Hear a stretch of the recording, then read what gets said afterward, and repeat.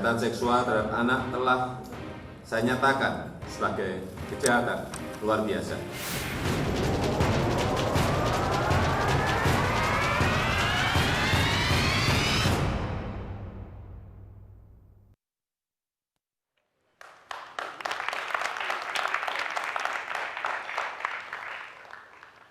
Pemirsa, kita masih bersama Indonesia Lawyers Club. Sekarang saya mau ke Pak Sujatmiko, Deputi Kementerian Perlindungan Perempuan dan Anak. Deputinya Mbak Puan lah ya. Silakan Pak Sujatmiko, apa tanggapannya terhadap para dokter? Terima kasih Pak Karni, selamat malam para narasumber yang di studio maupun yang di rumah. Terima kasih Pak Karni dengan TV One, saya kira malam ini sangat bagus sekali diskusinya. Dan saya ada beberapa hal yang ingin saya sampaikan terkait dengan beberapa pernyataan dari kawan-kawan dari dokter maupun dari psikiatri. Pertama Pak, izinkan saya sedikit menjelaskan apa sih sebetulnya inti pokoknya Perpu itu, supaya tidak misleading. Ya. Namanya Perpu Kebiri itu populernya, tapi sebetulnya ini adalah Perpu tentang perubahan kedua atas Undang-Undang Nomor 23 Tahun 2002, nama aslinya. Nah, sebetulnya pokok daripada perubahan undang-undang ini ada dua pasal Pak. Satu adalah pasal 81, ini terkait dengan tindak pidana kekerasan yang bersifat persetubuhan. Dan yang kedua adalah pasal 82, khusus terkait dengan tindak pencabulan. Jadi dua ini yang kita rubah. Nah, pokok daripada Perpu ini barangkali ingin saya ulas sedikit saja. Pertama adalah memberatkan hukuman.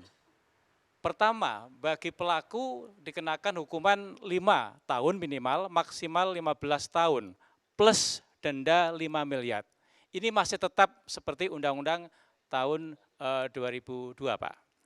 Kemudian yang kedua, apabila pelakunya adalah orang-orang terdekat, bisa ayah tirinya, bisa gurunya, bisa kakaknya, bisa penegak hukumnya, maka hukumannya ditambah sepertiganya. Jadi kalau tadi maksimal 15 tahun, maka ini menjadi 20 tahun.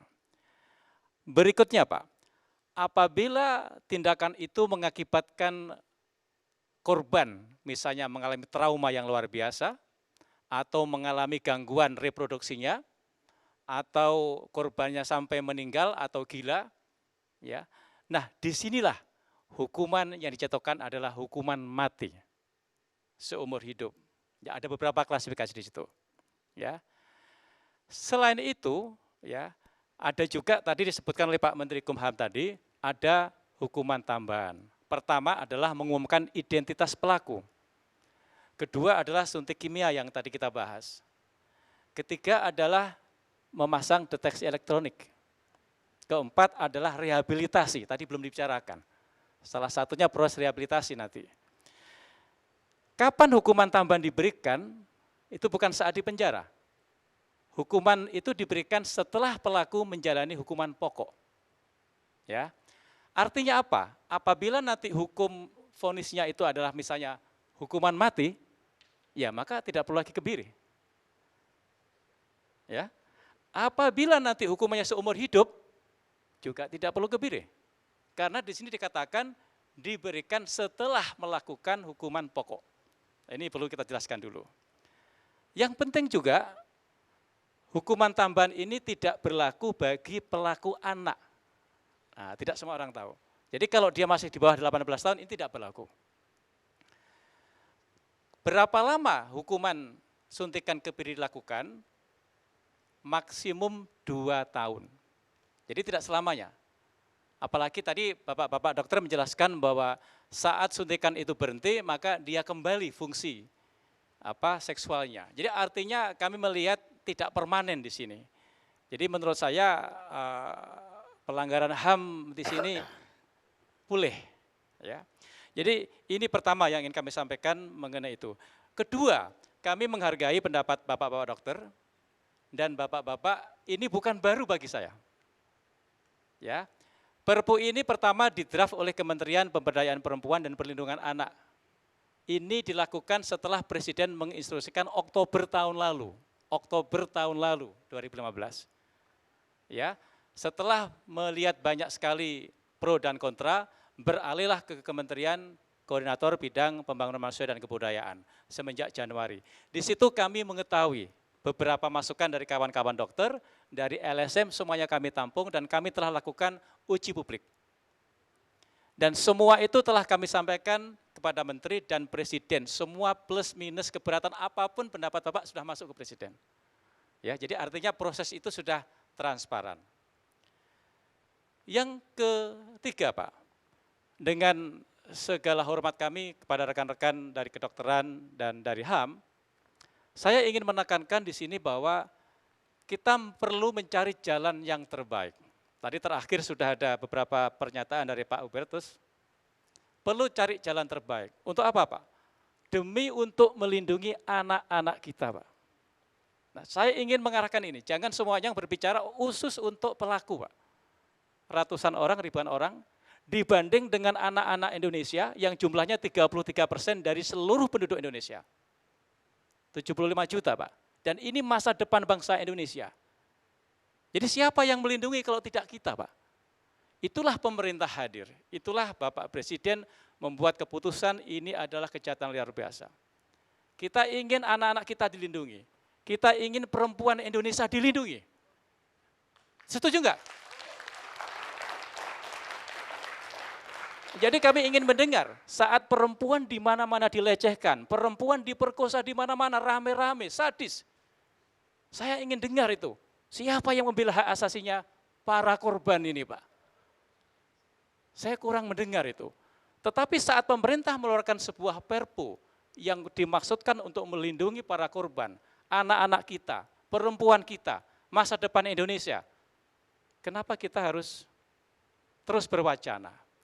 Jadi menurut saya ini sudah diputuskan Presiden, kita akan meneruskan ke DPR untuk mendapatkan persetujuan. Menurut saya marilah semua komponen bangsa bersama-sama menghadapi ini dengan baik. Kita harus melindungi ke sana. Tadi juga ada, kenapa enggak cara lain diberatkan hukuman saja, hukuman mati, kan sudah masuk.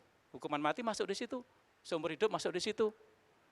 Tetapi kita melihat ternyata hukuman mati sekalipun terhadap penjahat yang terlibat terorisme, yang terlibat narkotika, apakah juga bisa menurunkan? Juga tidak. Itulah diberi lagi tambahan hukuman. Berikutnya Pak Karni, saya kira kami katakan di depan tadi terima kasih TV One, diskusinya sangat bagus dan kebetulan besok hari Kamis kami akan menyiapkan PP-nya Pak. Jadi Perpu ini belum selesai. Kami baru saja menyiapkan RUU lagi Pak. RUU untuk kita ajukan bersama-sama Perpunya, kalau DPR menyetujui, maka Perpu itu nanti akan menjadi undang-undang. RUU sudah kita siapkan, dan sebentar lagi akan disampaikan ke DPR. Nah disinilah nanti kami mengundang kawan-kawan dari IDI Pak. Kita ingin mengundang kawan-kawan dari ahli jiwa, bagaimana teknisnya. Tadi menarik sekali, kalau memang keberatan karena etika, kita akan carikan jalan keluar yang terbaik untuk masa depan bangsa Indonesia. Baik. Tapi Bapak tadi mengatakan sebelumnya udah transparan, semua udah ditampung. Ya Pak Menteri juga tadi bilang terima kasih ini masukan ini, terima kasih masukan para pakar. Berarti belum didengar dong sesi etikanya. Begini Pak Karni, keputusan terakhir dibuat oleh Presiden. Betul, tapi Ya. udah ada masukan nggak sebelumnya Nah, dari beliau-beliau? Sudah. Kita tampung pernyataan dari IDI kita punya. Walaupun press release baru kemarin Pak, tapi posisi IDI kita sudah tahu. Posisi kawan-kawan dari HAM kita sudah tahu. Dan semua itu sudah kita masukkan dalam masukan kita kepada Presiden. Ya, menurut saya Presiden berkali-kali mengatakan bahwa ini sudah kejahatan luar biasa Pak. Jadi kita harus tangani dengan luar biasa pula. Jadi menurut saya begitu Presiden memutuskan, Pak Jokowi itu kan bukan presidennya pemerintah Indonesia. Presidennya bangsa Indonesia Pak. Jadi menurut saya begitu Presiden mengatakan untuk menunjukkan bahwa negara itu hadir melindungi bangsa Indonesia, terutama melindungi anak-anak kita, melindungi perempuan-perempuan masa depan kita, marilah kita bersama-sama kita cari jalan keluarnya. Baik, tapi kita baru lihat satu gender ya. Bagaimana sekarang kalau perempuannya yang memperkosa? Bagaimana menggibirinya? Bukan tidak banyak loh terjadi perkosaan perempuan di dunia ini. Bahwa di Indonesia belum pernah heboh itu hal lain. Kedua, ada ya. Kedua juga bisa juga perempuan memperkosa perempuan. Perkosa laki-laki aja ada. Ini nggak kepikir menurut saya oleh pembentuk Perpu. Ya, itu menarik, Pak. Belum lagi Ya. kalau saya pertanyakan sekarang. Bagaimana dengan ada nggak kepikiran kita salah tangkap? Sengkonkarta salah tangkap. Pembunuhan yang di Jawa Timur, Rian, ternyata Rian pelakunya, tapi udah terlanjur berapa pelaku masuk penjara. Lah, kalau udah dikebiri, susah lagi kita bangkitkan testosteronnya. Ya. Gini Pak Karni, ini landasan hukum ini kita siapkan Pak. Tadi Pak Menkumham menyatakan bahwa nanti yang memutuskan adalah hakim. Dan hakim sebelum memutuskan saya yakin akan mendengar pandangan para ahli, termasuk para dokter. Ya. Apakah nanti hakim akan memutuskan atau tidak, itu adalah nanti proses pengadilan. Itu kalau tersangkanya laki-laki. Kalau sekarang yang memperkosa perempuan, nggak ada tuh Pak. Ya, kita akan carikan lah. Ini Hakimnya juga pengecualian kan Pak Karni, ini pengecualian. Kita akan carikan lah kalau pemerkosanya perempuan. Dan berarti kita perlu melindungi korbannya laki-laki kalau Iya, begitu. Nah, equal dong, Ah. equality. betul. Sekarang Pak Pigai, dia mau ke Papua malam ini, jadi dia tempat kita dahulukan. Baik, terima kasih ya. Kebetulan Kapolda, Wakapolda dan semua lagi nunggu besok pagi jam 10 saya gelar kasus di Polda Papua Barat. Perkosaan lagi. Tidak, ada puluhan kasus. Jadi malam ini saya agak lebih cepat, mohon maaf saya kalau tinggalkan. Langsung ke airport. Yang pertama saya ingin sampaikan di dalam berbagai kesempatan oleh para komisioner dan tadi pembuka di televisi, Komisioner Komnas HAM sendiri sudah menyatakan bahwa sikap kami adalah kami empati pada korban. Karena kami lembaga hak asasi manusia, jadi siapapun yang jadi korban, tentu posisi kami adalah empati. Tidak hanya sekedar simpati, lebih dalam dari simpati, yaitu empati. Dan itu tugas kami. Ya. Sebelum saya masuk ke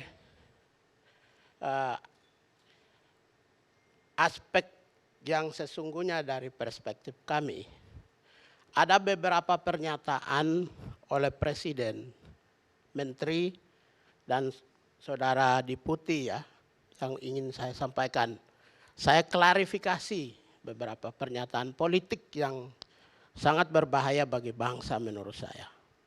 Yang pertama, Presiden sebelum mengeluarkan Perpu Kebiri, Presiden menyatakan bahwa ini sebuah kejahatan luar biasa. Kata-kata itu memang politik. Tapi diingat pernyataan itu adalah pernyataan kenegaraan, pemerintah, pemimpin tertinggi. Ya. Memang ingat bahwa namanya kejahatan luar biasa itu masuk kategori nama extraordinary crime. Tindakannya adalah act of crime, tindakan kriminal, ya, act of crime. Extraordinary crime dalam itu masuk dalam kategori crime against humanity, kejahatan terhadap kemanusiaan. Dalam perspektif hukum HAM internasional dan nasional, aktor pelaku kejahatan act of crime, crime against humanity adalah the state actors. Pelaku itu negara. Maka pernyataan bahwa itu adalah extraordinary crime, maka apakah kekerasan seksual kepada anak itu dilakukan oleh negara? Ya, tolong sampaikan ke Presiden. Pernyataan ini salah. Karena kekerasan terhadap anak, kejahatan seksual terhadap anak dilakukan oleh masyarakat. bukan the state actors, tapi non-state actors. Itu pernyataan yang sangat mengganggu terutama kami yang posisi pembela HAM. Mungkin juga ahli hukum pidana dan HAM saya kira mungkin sama dari sisi itu. Ya, itu pernyataan yang saya klarifikasi, mudah-mudahan seluruh rakyat Indonesia bisa tahu bahwa pernyataan presiden itu sedikit keliru. Saya tidak menyatakan presiden keliru, tapi yang memberi masukannya itu yang keliru. Anak buahnya yang keliru. Ya presiden kan nggak tahu, apalagi insinyur kan. Ya, itu satu ya. Pernyataan yang kedua oleh Menteri Hukum dan HAM yang tadi mengatakan bahwa hak asasi manusia itu bisa dibatasi dengan undang-undang. Ya di dalam level di negara kita undang-undang, Perpu juga undang-undang ya. Jadi sesuai dengan pasal 28 huruf J. Tapi ingat ya, kebiri itu penyiksaan, non-derogable right. Aspek yang tidak bisa dibatasi dalam keadaan apapun. Ya, yang bisa dibatasi itu kalau orang demonstrasi, lalu mengganggu dan lain bisa dibatasi. Orang mendirikan semua agama, tapi di dalam menjalankan peribadatannya itu misalnya, maaf, dalam keadaan telanjang atau apa yang mengganggu etika publik, itu yang bisa dibatasi. Tapi penyiksaan itu non-derogable right. Itu ingat tuh. Jadi tidak bisa dibatasi. Apapun. Apalagi oleh undang-undang pasal 28 huruf J. Tapi huruf I itu adalah dasar daripada semuanya. Yang mengatur, mengakomodir seluruh aspek HAM. Sekarang saya masuk kembali ke pembicaraan kita ini. Ya. Yang ingin saya sampaikan adalah data-data real. Ya. Tentu kekerasan terhadap anak, saya pakai patokan anak ya, itu adalah kekerasan yang mungkin sudah masuk dalam sebuah kekerasan yang masuk menjadi perhatian kita semua dan keprihatinan nasional. Ya, saya kira respon pemerintah itu kita bisa pahami dan maklumi karena data menunjukkan, ini data berbasis Komnas Perlindungan Anak. Tahun 2010 itu 2046. Ya, 2046 atau 42% adalah kekerasan seksual. 2011 itu 2467 atau 52%, naik lagi. 2012 2637, 52%, masih tetap. 2013 2676 atau 54%.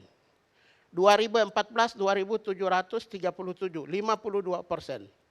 2015 2898 atau 59%. Adalah dengan demikian 50% itu adalah kekerasan seksual. 50%-nya kekerasan non-seksual. Saya mau ingin nanya, di dalam perspektif HAM, the government obligation to protect on human right. Protect itu ada pada kewenangan pemerintah atau negara. Ya, dengan Perpu ini, pemerintah melakukan perlindungan kepada kejahatan seksual. Bagaimana dengan 50% yang kejahatan non-seksual kepada anak? Itu satu pertanyaan. Berarti pemerintah tidak komprehensif melihat soal ini. Itu satu ya, yang pertama saya sampaikan. Lalu kembali kepada perspektif hak asasi manusia, saya mau ingin sampaikan ini. Ya. Hukuman kebiri itu adalah bagian atau bentuk kekerasan. Yang masuk kekerasan fisik dan kekerasan non-fisik, fisikis. Ya. Kekerasan ini lebih dekat kepada corporal punishment, hukuman fisik. Ya, corporal punishment, hukuman fisik. Hukuman fisik itu masuk dalam kategori ruang tindakan penyiksaan. tindakan penyiksaan ini, negara Indonesia telah ratifikasi berbagai undang-undang. Undang-undang nomor 12, ratifikasi konvenan sipil dan politik. Di dalamnya adalah ada pasal yang menyangkut tidak diperbolehkan lakukan penyiksaan. Satu ya. Lalu kita juga sudah ratifikasi konvensi anti penyiksaan tahun 98. Ratifikasinya dilakukan tahun 98. Konvensi di PBB tahun 84. Negara ini sudah menjadi, ini adalah sudah menjadi undang-undang nasional. Maka kebiri adalah masuk dalam kategori kekerasan, tindakan penyiksaan, maka tentu dari sisi perspektif hak asasi manusia, kita pasti menolak dari sisi hukuman kebirinya. Ya, hukuman kebirinya. Kami akan respect kepada pemerintah apabila mencari hukuman yang lebih berperi kemanusiaan. Menghormati martabat kemanusiaan. Tidak merendahkan kemanusiaan, rasa kemanusiaan. Ya. Dengan pernyataan oleh Pak Karni tadi bahwa Indonesia itu kalau tersangka namanya disamarkan. Kepalanya ditutup. Kami lebih maju dari negara-negara lain. Ini bukan kegagalan, kemunduran. Tapi itu kemajuan bahwa negara ini adalah negara yang menghormati harkat dan martabat kemanusiaan. Meskipun dia seorang pelaku kejahatan. Pak Mikael, kita batasi yang tadi dulu. Sebelum masuk debat yang lain. Bagaimana kalau bentuknya itu bukan penyiksaan, tapi terapi seperti Pak Hubertus bilang. Ya ini kan permainan kata-kata. Terapi, ya rehabilitasi, ini kan semua permainan kata-kata. Komnas HAM itu melihat sebuah tindakan, act of crime, bukan persoalan istilah-istilah kata-kata. Oleh karena itu, apa yang disampaikan oleh perspektif ID dengan dokter lain berbeda dengan dokter terapis. Ya iya dong, dokter psikiatri menggunakan istilah sehari-hari adalah terapi. Itu hal yang normal, tidak salah karena posisinya. Saya kira itu ya. Yang berikut, lalu yang berikut ingin saya sampaikan kepada pemerintah. Ya.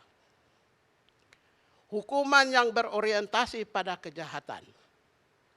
Tindakan corporal punishment sama seperti di SD. Corporal punishment itu hukuman fisik. Sama seperti di sekolah.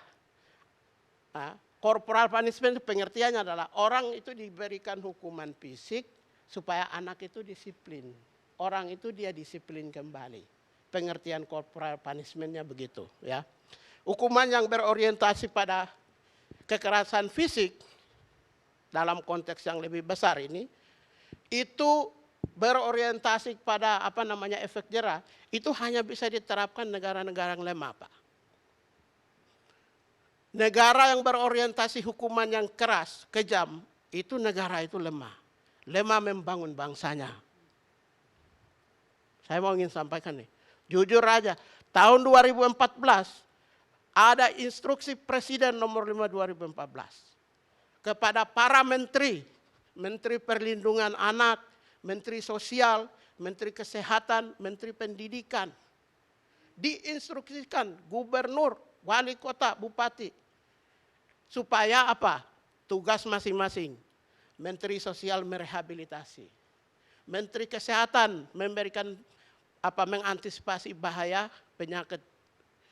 Menteri Pendidikan dari sisi perspektif pendidikan, bahkan Menteri Perlindungan Anak diberikan sebagai leading sektor untuk menyiapkan revisi Undang-Undang Perlindungan Anak. Sekarang pertanyaannya, gerakan anti nasional nomor 5 tahun 2014, apakah kalian sudah laksanakan atau belum? Itu persoalan. Gerakan apa sih? Gerakan anti nasional, anti kejahatan seksual terhadap anak. Jadi ini induk utamanya. Jadi sebenarnya mereka memunculkan istilah kebiri dengan hukuman seperti ini. Sebenarnya ingin menyembunyikan kegagalan pemerintah untuk menjalankan gerakan ini. Menurut saya. Tapi tunggu dulu. Kayaknya pesawatnya Pak Pikal udah beres. Ya, oleh karena itu catatan terakhir dari saya kepada pemerintah adalah yang paling pertama itu harus memperkuat sebuah lembaga secara masif terstruktur, ya, untuk semua strata dan semua tingkatan.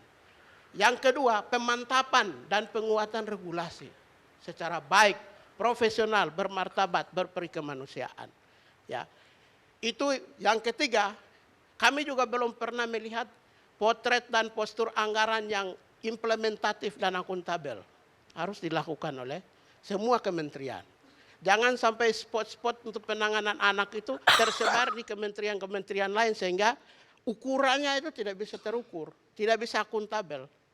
Saya kira kalau hal-hal ini kita lakukan, maka yang terakhir adalah harus dilakukan penyuluhan dan pendidikan secara merata di seluruh Indonesia untuk membangun sebuah kesadaran supaya orang itu tahu bahwa jangan mengganggu orang atau anak kecil sebelum dia tumbuh dan berkembang.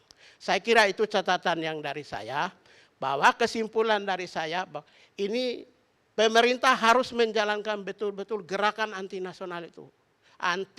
Gerakan nasional anti kekerasan seksual terhadap anak. Itu harus dijalankan. Jangan sampai pemerintah sekarang tidak mau jalankan karena itu sebuah kebijakan Presiden SBY itu. Saya kira itu catatan dari saya. Baik, selamat jalan Pak Bigai. Selamat sampai Papua. Kita rehat sejenak.